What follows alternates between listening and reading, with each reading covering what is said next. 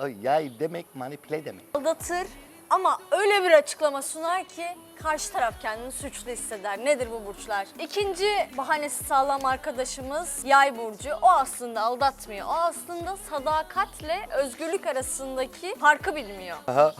Manipüle ediyor. Ya yay demek manipüle demek ya. Sen hayırdır ya? Yani şu Şener Şen'in var ya, Şey yani- daktilo. Ya. Yaz kızım. Aldattıysa şöyle bir bahane sunabilir. Ne var ya sen gelemiyorsun diye ben de farklı biriyle gittim. Manipüle. Hiç affetmez. Balyoz gibi de kafana vurur, yere çakar, geçmiş olsun.